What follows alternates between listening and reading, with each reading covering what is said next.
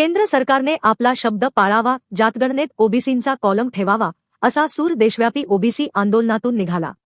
जातनिहाय जनगणनेसाठी राष्ट्रीय ओबीसी महासंघाचे दिल्लीमध्ये सोमवार दिनांक 23 मार्च 2026 रोजी देशव्यापी आंदोलन संपन्न झाले।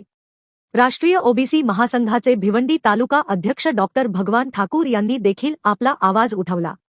आलेल्या सर्व खासदारांना ओबीसींचा आवाज उठावा म्हणून निवेदन देखील देण्यात आले। यावेळी भिवंडीचे खासदार सुरेश उर्फ बाळ्या मामा हे देखील उपस्थित होते। सविस्तर बातमी अशी आहे की केंद्र सरकारने 30 एप्रिल 2025 मध्ये जातनिहाय जनगणना करण्याचा कॅबिनेट निर्णय घेतला होता। केंद्रीय मंत्री अश्विनी वैष्णव यांनी घोषणा केली होती की आगामी राष्ट्रीय जनगणनेत 2027 ओबीसी आणि इतर जातींची गणना पारदर्शकपणे केली जाईल। मात्र प्रत्यक्षात आता जनगणना अर्जात ओबीसींचा कॉल नाही। ओबीसी सोबत ही धोखाधडी आहे। त्यामुळे या निर्णयाचे पालन केंद्र सरकारने करायला पाहिजे व जनगणनेत ओबीसींचा कॉल समावेश करायला पाहिजेच, असे मत ओबीसी आंदोलनातून पुढे आले। अनुसूचित जाती जमातीबरोबरच ओबीसींची जातनिहाय जनगणना करण्याचे केंद्र सरकारने 30 एप्रिल 2025 रोजी जाहीर केले होते। यासंदर्भात जनगणना आयुक्तांनी 22 जानेवारीला राजपत्र जारी करीत जनगणनेसंबंधी 33 प्रश्नांची सूची जाहीर केली आहे। त्यात 12व्या क्रमांकावर अनुसूचित जाती आणि जमातीचा उल्लेख आहे, मात्र ओबीसींचा उल्लेख नाही। त्यामुळे ओबीसींची जातीनिहाय जनगणना होईल की नाही असा संभ्रम ओबीसींच्या मनात निर्माण झालेला आहे आणि यावर केंद्र सरकार कोणतेही स्पष्टीकरण द्यायला तयार नाही। त्यामुळे Rashtriya OBC Mahasangh, BC welfare association Telangana, Andhra Pradesh आणि ओबीसी महासभा अन्य संघटनांच्या वतीने नवी दिल्ली येथील जंतर मंतर मैदानावर दिनांक 23 मार्चला दुपारी 2 ते 5 या कालावधीत ओबीसींच्या जातीनिहाय जनगणनेसह यूजीसी बिल 2026 लागू करावे, केंद्रात स्वतंत्र ओबीसी मंत्रालय स्थापन करावे, क्रिमिलेअरची मर्यादा 13 सप्टेंबर 2017 वाढली नाही, ती वाढवून 20 लाख करण्यात यावी आणि केंद्रात ओबीसींचे स्वतंत्र मंत्रालय स्थापन करण्यात यावे, आरक्षणाची 50% मर्यादा हटविण्यात यावी। केंद्र सरकारने 243D, 243T सेक्शन 6 मध्ये दुरुस्ती करून स्थानिक स्वराज संस्थेत ओबीसींना 27% आरक्षण देण्यात यावे। या प्रमुख मागण्यासह इतर मागण्या घेऊन देशव्यापी आंदोलन केले। ओबीसी हा सुद्धा मागास प्रवर्ग असताना त्याची नोंद का नाही, असा ओबीसींचा केंद्र शासनाला सवाल आहे। या संदर्भात केंद्र शासनाला जागे करण्यासाठी Rashtriya OBC Mahasangh, BC welfare association Telangana, Andhra Pradesh, OBC Mahasabha आणि देशातील सर्व ओबीसी संघटनेतर्फे देशव्यापी आंदोलन केले।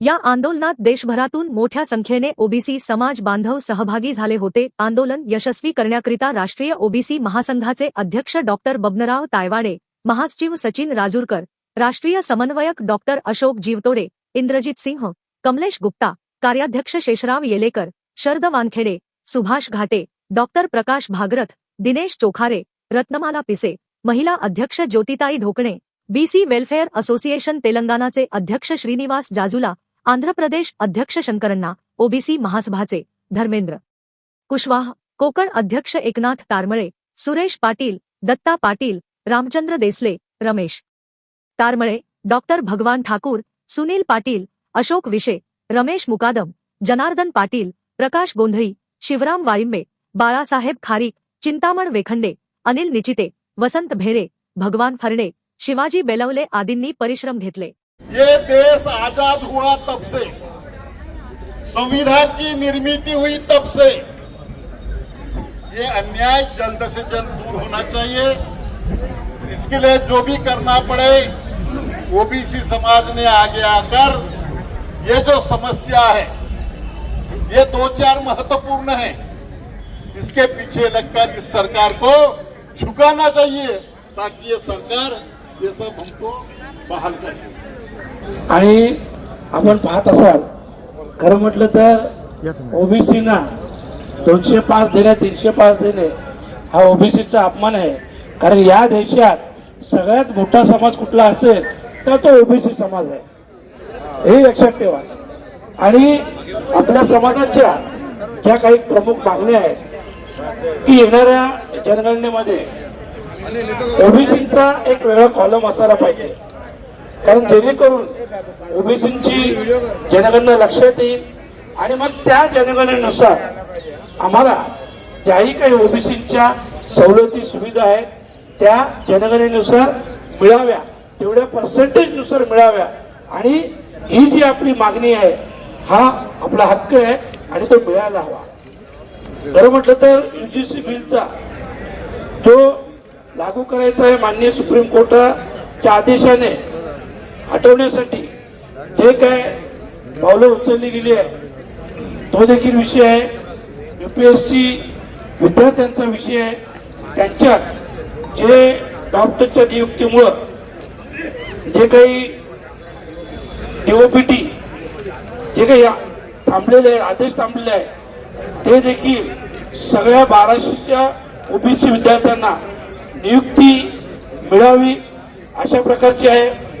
संविधान के अनुच्छेद 243 D6 और 243 D6 में संशोधन कर OBC SC/BC वर्ग को जिला परिषद नगर पालिकाओं एवं उनके अध्यक्ष पदों में आरक्षण जो वंचित करने वाले अन्याय को समाप्त करना चाहिए.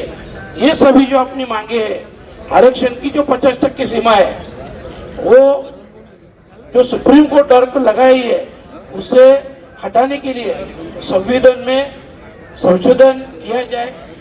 मेन तो बात यही है, मैं शुरू में ही बोला कि पूरे देश में OBC समाज सबसे बड़ा समाज है. सबसे बड़ा समाज रहने के कारण जो भी समाज के हित में अधिकार है समाज का हक है वो उनको मिलना चाहिए. और इसीलिए आज यहाँ पे जो धरना आंदोलन है उनके समर्थन में बहुत से महाराष्ट्र के खासदार भी आए थे, मैं भी आया हूँ और आज इसी माध्यम से मैं समर्थन दे रहा हूँ.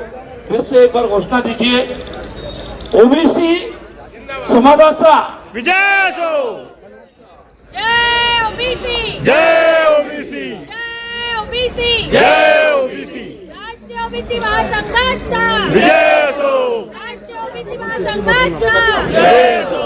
जो ओबीसी की बात करेगा वही देश पे राज करेगा. जो एक मिनट ओबीसी पकड़ो. की बात करेगा वही देश पे राज करेगा. जो ओबीसी की बात करेगा वही देश पे बस बस बस बस आगे बढ़ो.